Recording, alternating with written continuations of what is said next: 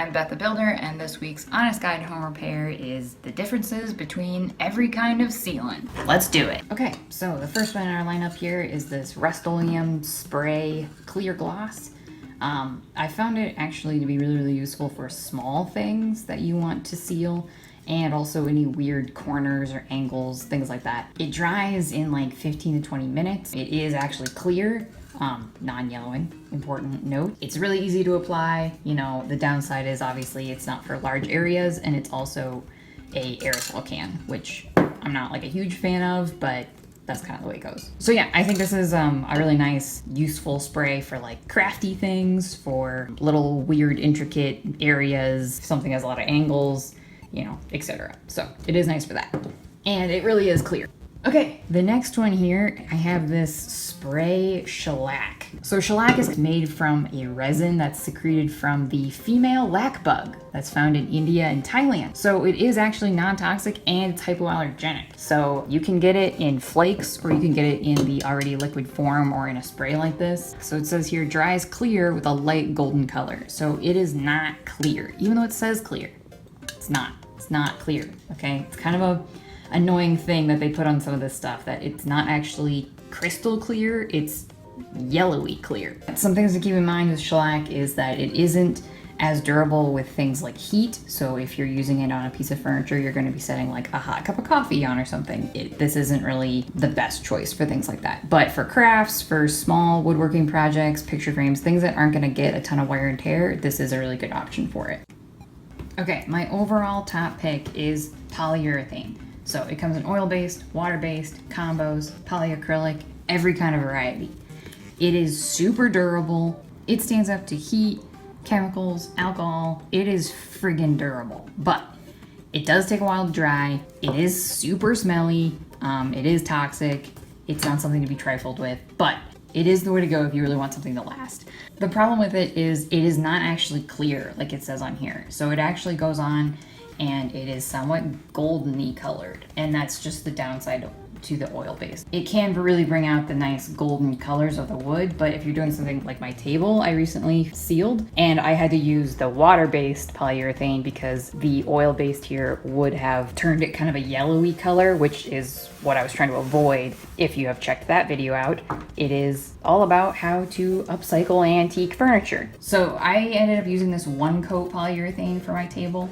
And the nice thing about it is indeed clear, and it has the water cleanup, which is great, but it isn't quite as durable as the oil-based. So I have heard that if you leave like hot things on something that's been sealed with water-based polyurethane, it can create rings on the surface.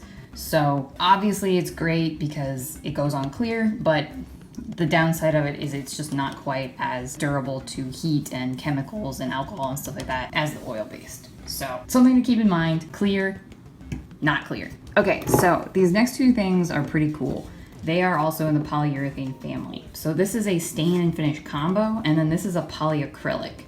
So the stain and finish combo I used on my porch floor that I recently redid. Check that video out. It's friggin' satisfying. And it wasn't my plan to use something like this, but it was on sale. So that was kind of a plus. And I thought like, hey, why the heck not? Let's try it. So this is cool because it cuts down on just the general time of a project, but it's not as shiny, it's not as durable as doing it in two steps. So stain and then polyurethane.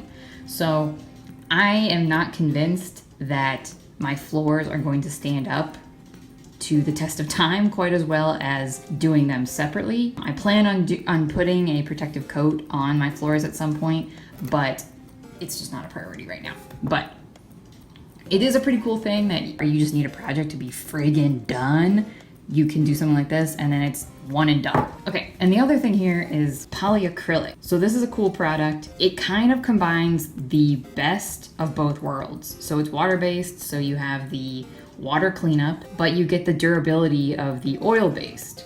So it's low odor, it is clear, and it can go on both oil and water-based stains. It kind of does it all. So this is a pretty cool thing. I probably would have used this on my table, but there's just like not a ton of it left. So I think this is a really cool product to potentially in the future replace this altogether because, you know, because of all the reasons it's not great. So this kind of covers those bases that you get the best of both worlds. So, and a quick note about applying these things is that if it's oil-based, to use a rag or a natural bristle brush here, or if it's water-based, you can just use a synthetic brush, like this shitty one I have here. This is something that I've just recently learned about.